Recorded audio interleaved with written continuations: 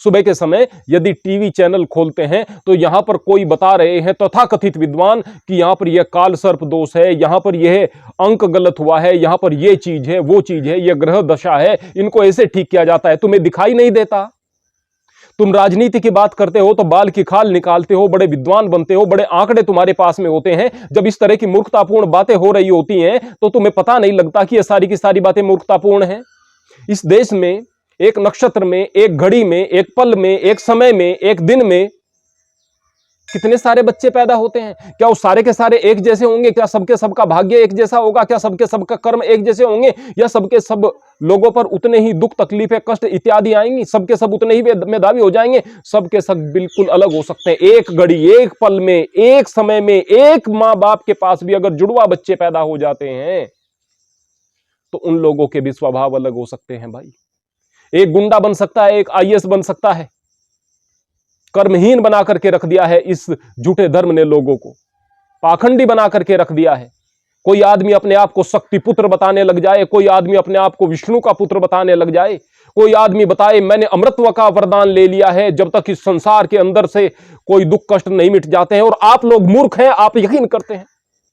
रावण चले गए, राम चले गए, कृष्ण चले गए, बड़े बड़े अवतारी पुरुष चले गए, बड़े बड़े महात्मा चले गए, लेकिन तुम्हारा गुरु रहेगा। उसे इच्छा मृत्यु का वरदान है। और महामूर्ख लोग इस तरह के गुरुओं पर इतना ज्यादा विश्वास करते हैं कि उनके प्रचार के लिए तन मन धन सब कुछ लगा देते हैं। जगह जगह ये सारी की सारी चीजें दिखाई दे रही हैं, जगह जगह। हमारे क्षेत्र में, सहारनपुर में मैं रह रहा हूं। सहारनपुर के एक छोटे से गांव में हमारा यह मंदिर है, यह आश्रम है। यहां पर मैं सड़क से गुजर रहा था, बाईपास सहारनपुर से गुजर रहा था। सड़क के बराबर में बहुत बड़ा आडंबर दिखाई दे रहा था। बहुत सारे उपले लगाए हुए थे। हमारे यहाँ की गांव की भाषा में गोस्से बोलते हैं उनको। बहुत सारे लगाए, बड़े बड़े ढेर लगाए हुए थे।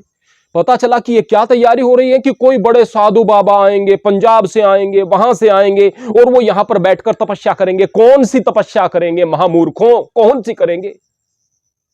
प्रदूषण फैलाएंगे यहां पर। इन उपलों को जलाने से कौन सा यज्ञ कर रहे हैं वो? तपस्या का मतलब होता है कष्ट को सहन करना, तकलीफों को सहन करना। आपका भाई आपको बुरी बात कह रहा है, तकलीफ को सहन करो। आपके पड़ोसी आपको बुरी बात कह रहे हैं, सहन करो। जितना भी सहनशीलता अपने अंदर आप लेकर आ सकें उसको लेकर आओ। यह तपस्या है। अपने परिवार को तकलीफों से बचाने के लिए इतनी मेहनत करो, इतनी मेहनत करो कि खुद को तपा दो। यह तपस्या है। अच्छे काम के लिए, परोपकार के लिए अपने शरीर की परवाह न करो, यह तपस्या है। मन में वासनाएं आती हैं, मन में बुरे विचार आते हैं, अपने अंदर के परमात्मा के नाम की अग्नि से प्रज्वलित उस ताप को इतना बढ़ा दो कि वो वासनाएं जल करके भस्म हो जाएं। ये तपस्या है। लेकिन आप उन मूर्खों के चक्कर में पड़े हुए हो। वो मूर्ख जो कि फिर कुछ दिनों के बाद में मैंने वहां पर देखा कि आग जल गई है, बैठे हुए हैं साधु बाबा, तथाकथित तुम्हारे वो पाखंडी साधु बाबा बैठे हुए हैं। और आप लोग जो शिष्य हैं, चिलम एक टूटती नहीं कि दूसरी भर करके देते हो। एक चिलम टूटी नहीं, दूसरी भर करके देते हो। वो वासना से युक्त आदमी, वो गंदा आदमी जो तुम्हारे सामने धूम्रपान कर रहा है, तुम्हारा गुरु है। तुम्हारा गुरु है। उसके तलवे चाटने को तैयार हो। क्या ज्ञान की बात बताई कुछ उसने? उसकी वासना स्पष्ट नहीं दिख रही क्या? कोई भी काम साधु का निरर्थक नहीं हो सकता। कोई भी काम, उसका कुछ न कुछ अर्थ निकलना चाहिए। उस चिलम को पीकर, उस सुल्फे को पीकर, उस गांजे को पीकर, जो भी वो चीज पी रहे हैं, उस तंबाकू को पी करके वो किसका भला कर रहे हैं? खुद का कर रहे हैं क्या? नहीं, खुद में तामसिकता बढ़ेगी, शरीर का विनाश कर रहे हैं, प्रदूषण फैला रहे हैं। मस्तिष्क में उनके उसी प्रकार के कुविचार आएंगे। अगर गलत चीजों का सेवन करेंगे, कुविचार आएंगे। वो कुविचार आप तक संप्रेषित करेंगे और आप उनके प्रभाव में आएंगे। किस चीज के प्रभाव में आ रहे हैं आप? मूर्खों की भीड़ लगी हुई है। तुम पाखंडी लोगों का विनाश तय है, पक्की बात है। धर्म को पढ़ना नहीं, धर्म को जानना नहीं, ज्ञान की बात सुनना नहीं, ज्ञान की बात समझना नहीं, मूर्खों के तलवे चाटना है तुम लोगों को। और फिर कहते हो कि हमारे साथ ये क्या हो गया। हजार प्रकार की साजिशें चल रही हैं सनातन के खिलाफ। यहां पर जो हमारे धर्मशास्त्र हैं, इनको बहुत ज्यादा तोड़ मरोड़ करके प्रस्तुत किया जा रहा है। बहुत सारी फेक आईडी बनी हुई है हिंदू नाम से, और आप लोगों को जब कोई अच्छी बात करते हो गालियां दी जाती हैं। आप लोगों को जातिवाद के नाम पर उन फेक आईडीज के सहारे लड़ाया जाता है। हजार प्रकार की साजिशें यहां पर हो रही हैं। वो साजिशें भी हैं और तुम्हारी मूर्खताएं भी हैं। तो तुम्हारा तो खत्म होना तय है भाई। कहते हैं धर्मो रक्षति रक्षिता, धर्म की रक्षा करोगे तो धर्म तुम्हारी रक्षा करेगा। बोले धर्म की रक्षा हम तलवार उठाकर करेंगे। यार तलवार उठाकर नहीं होगी धर्म की रक्षा, धर्म को जानने से होगी धर्म की रक्षा भाई। धर्म को पढ़ने से होगी, अपनी संस्कृति को जानने से होगी, अपने अंदर सहनशीलता के विकास से होगी, पाखंडों से बच करके होगी धर्म की रक्षा। इस तरह से धर्म की रक्षा नहीं हो सकती है, नहीं हो सकती है।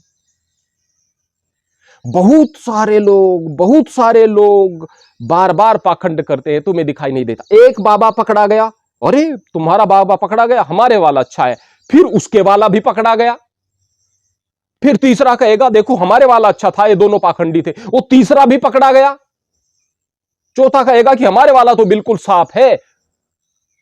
कमाल की बात यह है, जो पकड़ा गया, जो जेल में है, उसके शिष्य भी कहते हैं हमारे गुरुजी के खिलाफ साजिशें हुई हैं, हमारे गुरुजी के खिलाफ बुरा हुआ है। जबकि वो दूसरे गुरु जब गए थे जेल में तब कह रहे थे कि वास्तव में उसके साथ सही हुआ, तुम्हारे वाला चला गया तो उसके साथ में साजिश हुई है। कितने पाखंड इन लोगों के सामने आ जाएं तुम्हारी आस्था नहीं डोलती है। क्यों? क्योंकि गुरु पाखंडी है। बोले नहीं गुरुजी ज्ञान की बात बताते हैं। एक सत्संगी आया, बहस करने का इरादा लेकर के मेरे पास में आया था। यहां हमारा गांव, हमारा खेत, यहां पर मंदिर में अपने स्थान पर हम बैठे हुए हैं, कोई खामखा का व्यक्ति आकर यहां बहस नहीं कर सकता है। उस व्यक्ति को इस बात के बारे में ज्ञान नहीं था, लेकिन फिर भी ज्ञान के घमंड में आया, हमारा गुरु ऐसे, हमारा सत्संग ऐसे। मैंने कहा अच्छी बात है भाई, ज्ञान के मार्ग पर चलो, आपने सत्संग लिया है, अच्छे मार्ग पर चलो। हमारा गुरु ये, हमारा गुरु वे, ज्ञान इतना देने की कोशिश कर रहा था, चाह रहा था कि मैं कुछ बोलूं। मैंने बड़े प्यार से पूछा कि भाई आप बताओ कि आपने कितने सारे सत्संग सुने हैं? बोले असंख्य सुने हैं, गिनती नहीं है, बचपन से सुन रहा हूं, मेरे गुरुजी ऐसे, मेरे गुरुजी। चलो कोई बात नहीं, एक सत्संग का ज्ञान मुझे यहां पर बताओ, क्या क्या आपको प्राप्त हुआ है। बंदा खामोश। मैंने कहा भाई बताओ, कुछ सीखा तो होगा, कुछ गुरुजी ने बताया तो होगा। फिर खामोश। फिर मैंने कहा कि भाई आप दो चार चीजें नहीं बता सकते? बोले नहीं, बहुत सारी अच्छी बातें बताते हैं। बोले क्या? किसी के साथ बुरा व्यवहार मत करो, गाली गलौज मत करो, जुआ मत खेलो, शराब मत पियो, परोपकार करो, दूसरों का भला करो। बस यही बात? इन बातों का तुम्हें पता नहीं था गुरु के पास जाने से पहले? मैंने एक बच्चे को बुलाया, बेटा किसी को गाली देनी चाहिए? बोले कि नहीं देनी चाहिए। बोला किसी का बुरा करना चाहिए कि बिल्कुल नहीं करना चाहिए? किसी को तकलीफ देनी चाहिए? नहीं देनी चाहिए। शराब पीनी चाहिए क्या? बिल्कुल नहीं पीनी चाहिए। जुआ खेलना चाहिए क्या? बिल्कुल नहीं खेलना चाहिए। चोरी करनी चाहिए क्या? बिल्कुल नहीं करनी चाहिए। किसी का भला करना चाहिए क्या? कि हाँ किसी का भला करना चाहिए। किसी से प्रेम करना चाहिए क्या? बिल्कुल सबके साथ प्रेम करना चाहिए। वो छोटा बच्चा बता रहा था, उम्र रही होगी 5-6-7 साल। मैंने कहा इस बात का तो इस बच्चे को भी पता है, ये ज्ञान लेने के लिए जाते हो तुम इन मूर्खों के पास में, इन पाखंडियों के पास में? इस ज्ञान का तुम्हें पहले नहीं पता क्या? अरे ज्ञान तो वो होता है जो आपको अंदर तक हिला करके रख दे, जो आपको वासनाओं से बचाने के लिए बहुत मददगार साबित हो, जो आपके विवेक के दरवाजे खोले, जो शास्त्रों की उन जानकारियों को आप तक पहुंचाए जो वास्तव में आप लोग नहीं जानते हैं। ज्ञान वो होता है। लेकिन नहीं, बस मूर्खतापूर्ण चीजें करनी है। क्यों? क्योंकि डरे हुए हो, कायर हो। तुम सारा दिन कहते फिरते हो हम कायर हैं, हम कायर हैं, हम कायर हैं, और जब कोई दूसरा इस बात को तुम्हें कह दे तो तुम नाराज हो जाते हो। बोले हम कब कहते हैं हम कायर हैं? कहते हैं कि हम पर बहुत ज्यादा जुल्म किया मुसलमानों ने यहां पर आकर के, मुगलों ने यहां पर आकर के, तुर्कों ने यहां पर आकर के बड़े अत्याचार किए, हमारी मां बहन के साथ में ये किया, हमारे साथ में इतना अत्याचार किया। अरे तुम तो बहादुर थे, तुम तो ताकतवर थे। अच्छा वो ज्यादा संख्या में आ गए होंगे इसलिए तुम्हारी बहादुरी ने काम नहीं किया। अरे नहीं भाई, वो तो 2000-2500 की नहीं बल्कि 1200 की संख्या लेकर भी आए तो भी तुम्हें लूट पीट करके चले गए, तुम्हारे मंदिरों को तोड़ करके चले गए, तुम्हारे सोने को लूट करके चले गए। तुम यहां कितनी संख्या में थे? तुम यहां हजारों में थे, तुम यहां लाखों में थे? अरे नहीं, करोड़ों से भी ज्यादा थे, और फिर तुम्हें लूट करके वो चले जाते हैं। तो फिर क्या यह कायरता नहीं है? हम लूट गए, हम पिट गए, हमारी मां बहनों के साथ हुआ। अरे कायरों के साथ ऐसा ही होता है, ऐसा ही होता है। हिरन को शेर खाएगा, जंगल का नियम है। हिरन को हाइना भी खाएंगे, लगड़बग्गे भी खाएंगे, चीता भी खाएगा, बाघ भी खाएगा, क्योंकि वो हिरन है, वो गाय है, वो भैंस है।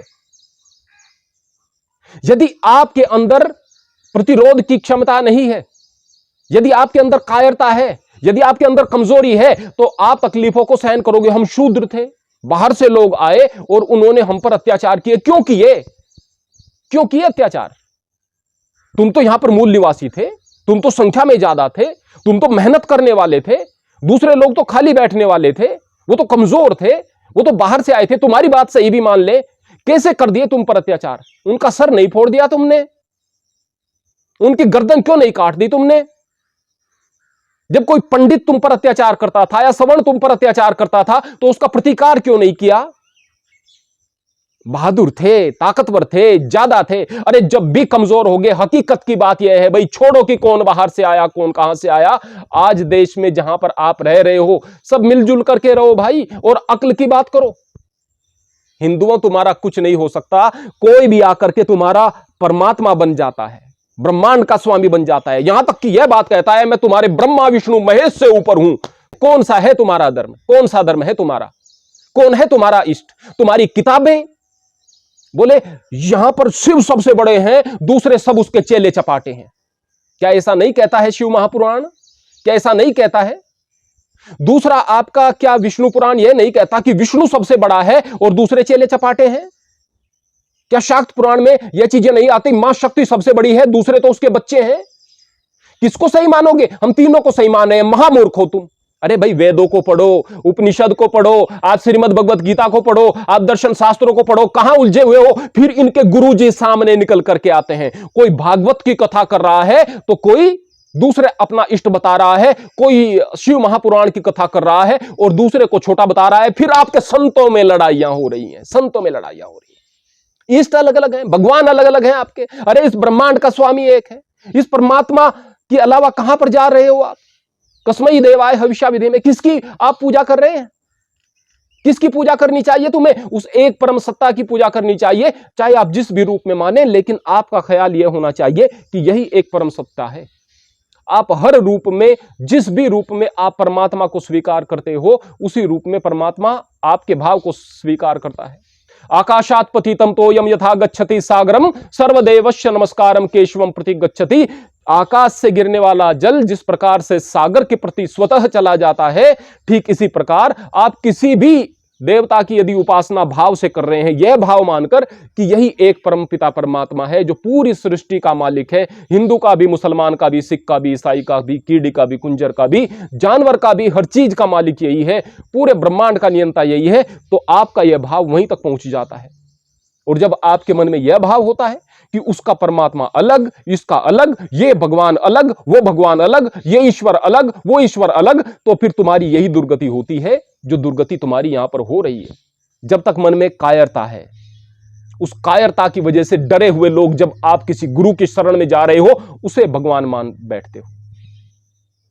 जब तक आप लोगों के अंदर बहुत ज्यादा दुख की भावना है, दुखों को हटाने के लिए जा रहे हो आप, जब तक अंधविश्वास है तो उस अंधविश्वास के चलते जा रहे हो, इसी तरह मरते रहोगे, इसी तरह गलते रहोगे और एक दिन निश्चित रूप से समाप्त हो जाओगे। और मैं पक्का कहता हूं आप लोगों का कुछ नहीं हो सकता, कुछ भी नहीं हो सकता। ये साजिशें चलती रहेंगी, आप लोगों के खिलाफ ऐसे ही साजिशें होंगी, आप लोग इसी तरह मूर्खताओं में पड़ते रहोगे, आप लोग इसी तरह से लड़ते रहोगे, आप लोग जातियों में टूटते रहोगे, आप लोग इसी तरह से टूटते टूटते टूटते टूटते एक दिन समाप्त हो जाओगे। निश्चित रूप से 2-3 पीढ़ियों का खेल बचा हुआ है, निश्चित रूप से।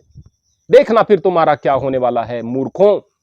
इस तरह से टूटते रहोगे तो पराभव की तरफ चले जाओगे, विनाश की तरफ चले जाओगे। अक्ल करोगे तो वास्तव में तुम्हारा अस्तित्व बचेगा और जीवन में सुख आएंगे। कदम कदम पर तुम्हें इस तरह के बाबा मिलेंगे, कदम कदम पर तुम्हें पाखंडी मिलेंगे। अक्ल की बात करोगे, विवेक परमात्मा ने दिया है, उस विवेक से सोचोगे तो उनका पाखंड स्पष्ट रूप से नजर आएंगे। एक सुल्फा पीने वाला, एक भांग पीने वाला, एक तंबाकू खाने वाला, एक तंबाकू पीने वाला बाबा नहीं हो सकता है। वासनाओं में घिरा हुआ जो स्वयं है वो आपको वासनाओं से नहीं बचा सकता है। जो इस तरह से तपस्या की ढोंग कर रहा है कि आग जलाकर उसके बीच में बैठा हुआ है, वो बाबा नहीं हो सकता है। जो आपके सामने आपके भविष्य को ठीक करने की बात कर रहा है वह बाबा नहीं हो सकता है। जो आपको तंत्र मंत्र में उलझा रहा है वह बाबा नहीं हो सकता है, वह पाखंडी है। जिस दिन आप इस बात को पहचान लोगे, निश्चित रूप से उस दिन आप लोग सही ज्ञान की तरफ चलोगे और उस दिन के बाद आपके मंदिर, आपके मठ, आपके आश्रम ज्ञान का केंद्र बन जाएंगे। ऐसे ज्ञान का जहां से वास्तव में बच्चे भी अच्छा ज्ञान लेंगे, स्त्रियां और पुरुष भी अच्छा ज्ञान लेंगे और आप बाबा की बजाय परम सत्ता से, परम पिता से जुड़ेंगे। संसार से छोटे बड़े का भाव मिटेगा, सभी लोग आपस में मिल करके देश की और दुनिया की तरक्की के लिए काम करेंगे। इस तरह की परिकल्पना यदि हम करें तो ये हमारे लिए बेहतर है, वरना विनाश निश्चित है। हरि ओम, हरे कृष्ण।